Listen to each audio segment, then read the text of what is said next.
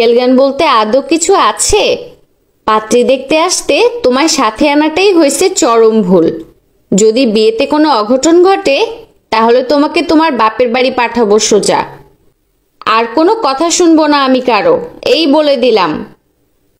আহ মা, হচ্ছেটা কি? সামনে পাত্রী বসা দেখতেছো নাকি? এসব কথা কি এখানে না বললেই নয়? এতক্ষণ ধরে কথাগুলো সব আমার সামনেই হচ্ছিল। ওনারা উঠে গেলেন কিছুক্ষণ হলো, কিন্তু একটা বিষয় বুঝলাম না, আমার হবু শাশুড়ি তার বড় ছেলের বউকে এত কথা শোনালেন কেন? তেমন কিছু তো করেনি, শুধু আগ বাড়িয়ে ওনাদের আগেই আমার নামটা জানতে চেয়েছেন। তাতে কি এমন হয়েছে যে এই আচরণ করলো, তাও অপরিচিত মানুষদের সামনে?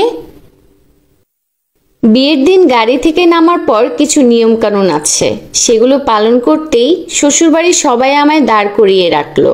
আমিও দাঁড়িয়ে দাঁড়িয়ে সবার সব নিয়মগুলো দেখতেছি।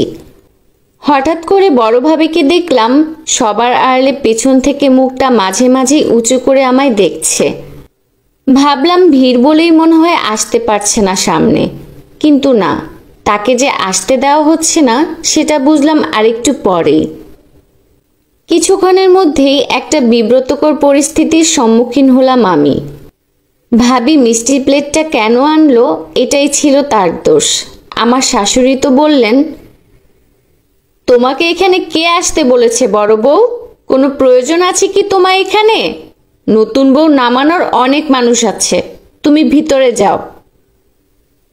শুধু এইটুকুতেই আটকে ছিল না, আত্মীয় স্বজনের ভিতর থেকে আমার চাচি শাশুড়ি মুখ বাঁকা করে বলেই উঠল, কেমন বেকুব বেটার বউ গো রাকিবের মা তোমার, হ্যাঁ? এই নতুন বউয়ের সামনে ওই পোড়া মুখটা না দেখালেই কি নয়? কি কুলুক্ষণে কারবার বাবা, পারেও বটে, যত সব। কথাটা শোনা মাত্র ভাবি মুখে আঁচল চেপে ওখান থেকে চলে গেল। মুহূর্তেই পরিবেশটা নষ্ট হয়ে গেল।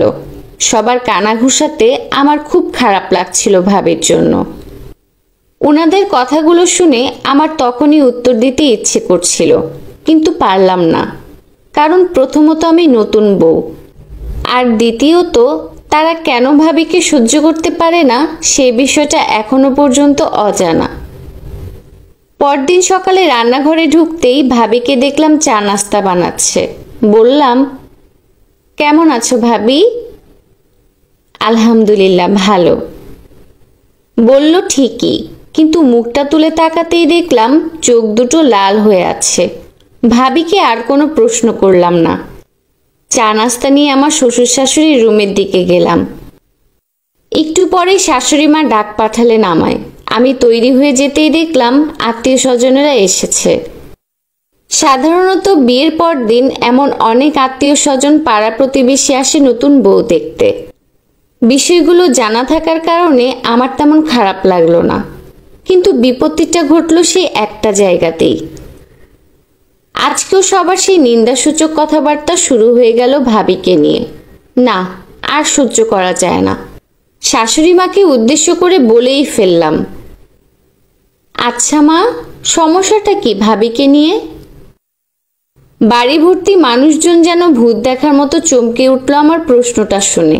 তাদের মাঝে থেকে আমার চাচি শাশুড়ি চেঁচিয়ে উঠে বললেন, কেন গো নতুন বউ, তার সমস্যা বিয়ার পরপরই, তোমার শোনা লাগবো কেন? তার সাথে একটু কম মিশো, বুঝলা নতুন বউ? সে যে বাজা গো বাজা, দেহ আবার সেই বাতাস তোমার গায়ে না লাগায়। কতটা নিচু মনের মানুষ হলে এরা এক একজন মেয়ে হয়ে অন্য আরেকটা মেয়েকে এইভাবে অপমান করতে পারে? এখন বুঝতে পারলাম, এই জন্য এরা সবাই, এমনকি আমার শাশুড়িও ভাবিকে সহ্য করতে পারে না। দু একদিনের মাঝে ভাবির সাথে আমার খুব ভালো একটা সম্পর্ক গড়ে ওঠে। এই দুদিনে ভাবিকে দেখে যা বুঝলাম, উনি খুব ভালো মনের একজন মানুষ। ভাবি নিজেও সন্তান না হওয়ার জন্য সবসময় একটা চাপা কষ্ট নিয়ে থাকে, অথচ সমাজের মানুষগুলো তার কষ্ট বুঝবে কি, উল্টো কথা শোনাতে ভোলে না। সেই দিক দিয়ে রায়হান ভাইয়া ভীষণ ভালো একজন মানুষ। তিনি যদি ভাবির পাশে না থাকতেন তাহলে হয়তো ভাবি আরো বেশি ভেঙে পড়তেন।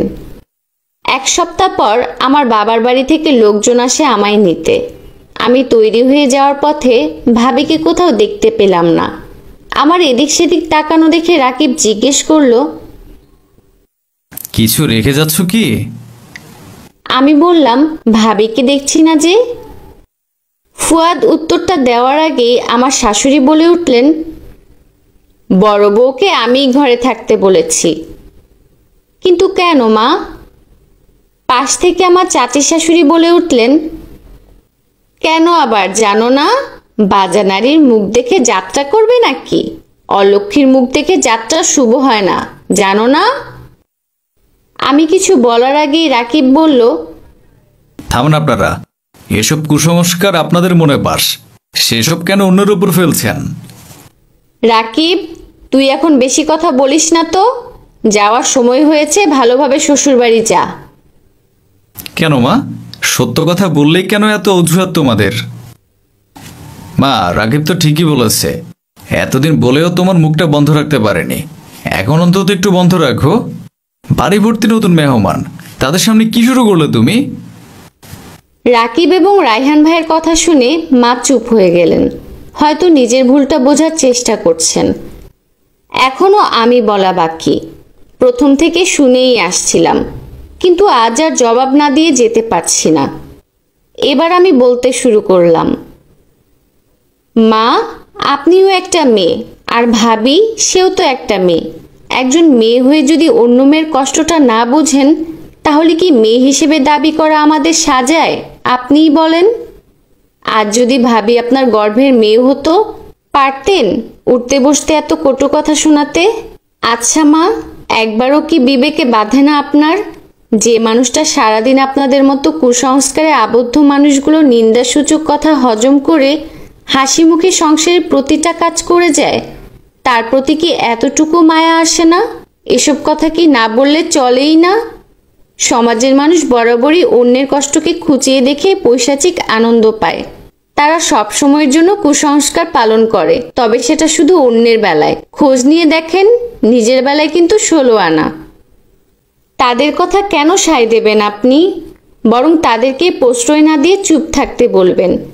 যদি এই কাজটা অনেক আগেই করতেন, তাহলে এত বড় দুঃসাহস কারো হতো না আপনারই চোখের সামনে আপনার ছেলের বউকে অলক্ষী কুলক্ষণে বলার। চাচি শাশুড়িকে বললাম, আর আপনারা হলেন আমাদের হিতাকাঙ্ক্ষী, আমাদের প্রতিবেশী। বিপদে আপদে যাদের সবার আগে পাশে পাবো, তাকেই বলে প্রতিবেশী।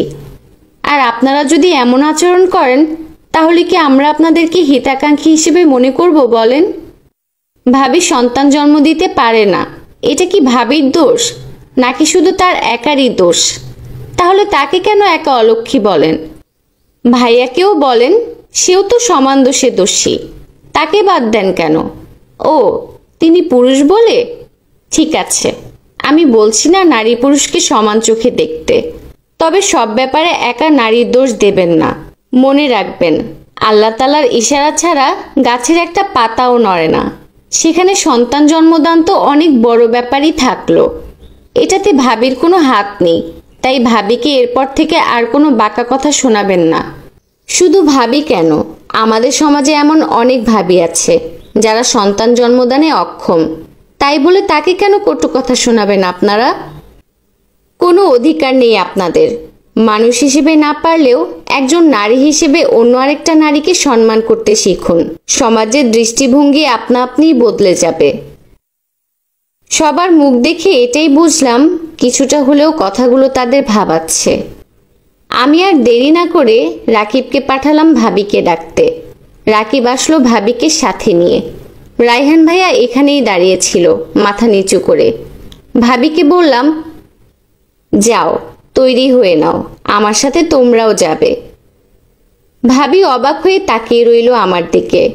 বললাম যে, আমাদের ওদিকে একটা সুন্দর নিয়ম দেখি জানো তো। প্রথম প্রথম শ্বশুরবাড়ি থেকে অনেক দিনের জন্য বাবার বাড়ি আসতে অনেকে স্বামীর বোনকে সাথে নিয়ে আসে। কিন্তু আমার তো আর ননদ নেই, তবে বড় একটা বোন আছে, তাই তাকেই আমার সাথে নিতে চাই।